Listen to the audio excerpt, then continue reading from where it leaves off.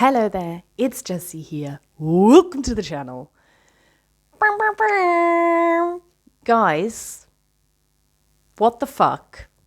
Over the weekend, a lot of new people have joined us. I'm blushing. No, I'm not. I'm just saying that I'm blushing because I was blushing. I'm not blushing. I can't blush on cue. Anyway, by the by, thank you!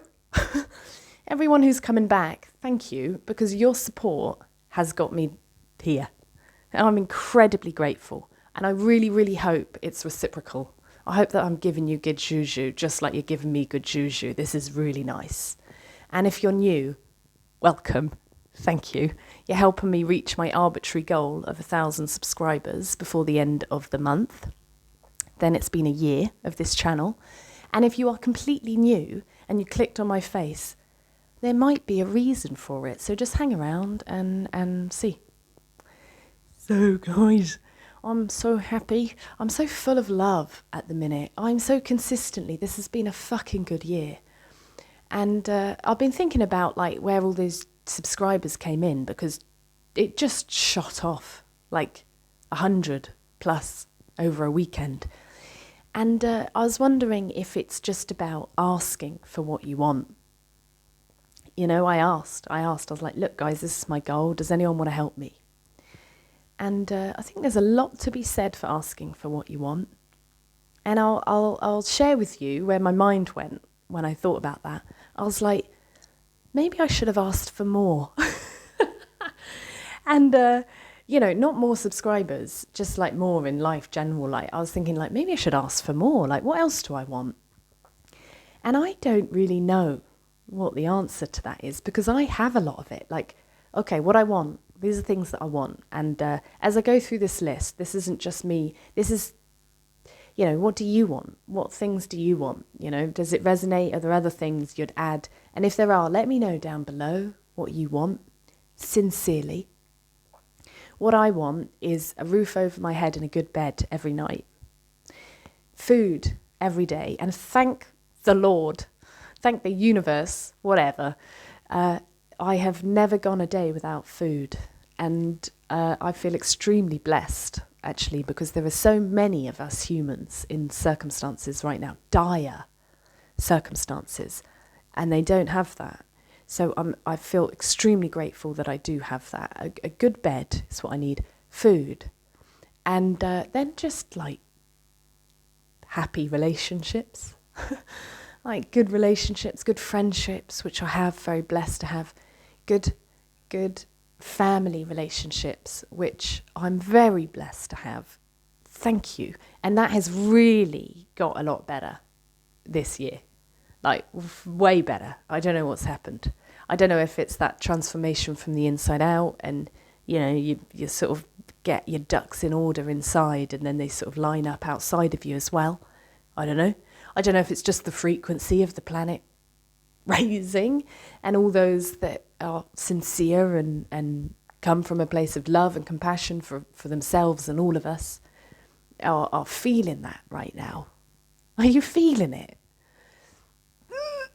I don't know. Anyway, so that's all I really need, you know, enough money to be able to have those things and support people. And actually, I'll tell you what, something that's just popped into my head, is if I had more abundance financially, because I've got an awful amount of love, which is really all you need. If I did have more financial abundance, it would be to support others in also coming to just meet their needs, whatever their needs are. And sincere needs, you know, not extra, not being greedy about it. It's like, and that is a practice. That is something I'm constantly sort of checking, you know, check yourself. I think it is very important we check ourselves. Like, wait a minute, what do I want more for? I was trying to think, like, what do I even want 1,000 subs for? And, you know, all I want this channel to grow, the only reason is so that I can inspire and share my bougie. That's not a word. What's the word I want? Bougie. No, it's not that. Bougie. My good energy. My zhuzh. with you guys. And if it has a positive impact or I inspire in that's my thing in this lifetime. I really want to inspire. I want to inspire authenticity. I want to inspire vitality and love. And there is a beautiful woodpecker right now on the oh my gosh, maybe I can show you. Right, we've got to be careful because he might fly away. I think it's a woodpecker. He's upside down. Can you see it? I can't see what you can see now. Look at that. All right, now he's gone. I don't know if that was a woodpecker. To be fair, a woodpecker does come to this. If you're wondering where I am, I'm at my mum's house. Isn't it lovely? My mum, it's just fucking lovely, the home she's created. And there is a woodpecker that comes, and it's much bigger. And it's black and white and red, I believe. So I don't know if that was a woodpecker, but I've never seen that bird before. So if anyone knows what that bird is, let us know. Very beautiful. It's got majesty. It's majestic. Where was I? Talking about things I want. Oh yeah, inspire. Really want to inspire. Inspire authenticity. Inspire love. Inspire you to be who you are. And do what you want. That's really what I want to do. And I'm hopefully inspiring by doing that myself. And to show that any dreams are possible. Anything is possible. Anything is possible. Anyway, I've sort of lost my train of thought now because of that beautiful bird. Okay, last thing I'm going to share with you today is a thing, because I'm currently, you may know or not, but I'm currently embarked on this 2-year course to become an awareness facilitator. And just to give you a little overview of this course, we pull on all these different sort of like healing methods and modalities from cultures and times all across the globe, right? So we've got psychology, psychotherapy, science, meditation, breathwork, shamanism. This woman is amazing. And she's done all of this work herself, and she's pulled it all together and then gives us 2 years training. So we go deeply into this work ourselves and then are able to offer everything we've learnt to others, right? And this is how we do it. We all sort of help each other and walk each other home. And I'm in two minds about it, I'll be honest with you. But I think my main resistance is the cost of it. It's quite expensive. And I have limiting beliefs when it comes to money. I have this lack mindset, and it's deeply ingrained in my being because of the families that I was born into. And it's all right because we're rich in love. That is the truth. But it would be nice as well because of the material world that we live in is quite expensive. And I do believe all that's changing as well. But I do have a bit of a lack mindset. So, I'm thinking, oh, is this right for me? And I caught myself this morning like, oh, I don't know if this is right. I don't know if it's necessary, blah, blah, blah. And then I realised that actually, they're all just excuses, that deep underneath that is I'm like, can I afford this? The answer is yes. Yeah, mindset, right? I can, of course I can afford it. Money's coming in, money's moving around all the time, every day, imagine. So I can, but it's still work to do. Fucking hell. Anyway, I tell you about this course because the next module's at the end of the month. And we've just been given a list of things we need to take. And one of them is dress up. Like you need to bring a costume of your childhood hero or heroine.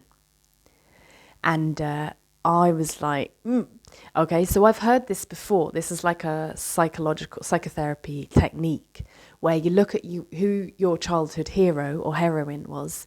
Fairy tales is like a good place to go. Like, what was your favorite fairy tale or your favorite character or Disney character, whatever. And it tells you a lot about yourself, about your like unconscious motives, right? And mine is Peter Pan. And lo and behold, I'm going to name drop here, but the guy who wrote Peter Pan, J.M. Barrie, is in my family line on my mum's side. It was my granny's father, so my great-grandfather, But it wasn't him. It was my great-grandfather's cousin. So it's a little bit far removed. But never underestimate how these far-reaching ancestors can influence our lives. I have always loved Peter Pan. And I think I've spoken about this before, because there is something called like a Peter Pan complex or something, which is about never wanting to grow up. And, when I got when this list came through and I was like, Peter Pan, and I was like, oh, I'm going to have to face that. But I spoke to my mum about it. I was like, and she gave me a little bit more information about J.M. Barrie and the guy who wrote Peter Pan. And apparently he was quite a quiet, like introverted man, and was always quite sort of sullen until children came around, and it would really, really light him up. And when she told me this story, I felt like so much emotion move in me. And I feel like this is very significant for me in my journey and for my family line, this concept. I've been told that Peter Pan was written for the war children in the UK when the World War was on, and all the children had to evacuate, and they sort of in a way lost their childhood. And this book was a way for them to reclaim the childhood. The family with Wendy and that were based on a real family that he felt very, very dear towards. And I think that's still in me, because I've always had this bit of like, I don't want to grow up. I don't want to take responsibility. And I've been really working on that, because I can see now, like the older I get, I'm like, I do need to grow up, because I need my external life to match my aging body. And I do a lot of inner child work, and she's there, but there's also like bringing the adult in. The inner child work is really like being an adult to the child within you. I don't know where I'm going with this, right? I'm just rambling, and maybe it invokes something in you, but it's very, very deep within me. When we had this conversation this morning about J.M. Barrie, I felt it in me. I felt things moving. And so now I'm very excited to go there at the end of the month. And this module's all about roots. So you do, mother, father work and ancestors and beyond. I'm looking forward to it, because isn't it a fucking great time to be alive, people? The turning of the tide from unconsciousness to consciousness, from darkness to light. Now, darkness is always going to be there. Nothing wrong with darkness. There's nothing wrong with it. There really isn't. But it's what you do with it. And darkness for me is always, okay, what can I learn down here in the dark? So then when I go back up to the light, it's even brighter. There's even more love. So that is happening. What about you? What is your childhood hero or heroine? Go on, don't think about it too much. The first one that pops into your head. And what is the message there? What's that saying? And what is that revealing about your unconscious? Because there it is. There's the work. Whether we even need to do the work, like, I don't know. I'm changing my mind about this. Do we even need to fucking do it? Although I will say, having like dedicated the last 7-8 years of my life to doing the work, significant improvements in myself. The main thing being like how I relate to the world now and how I can respond differently. And blame.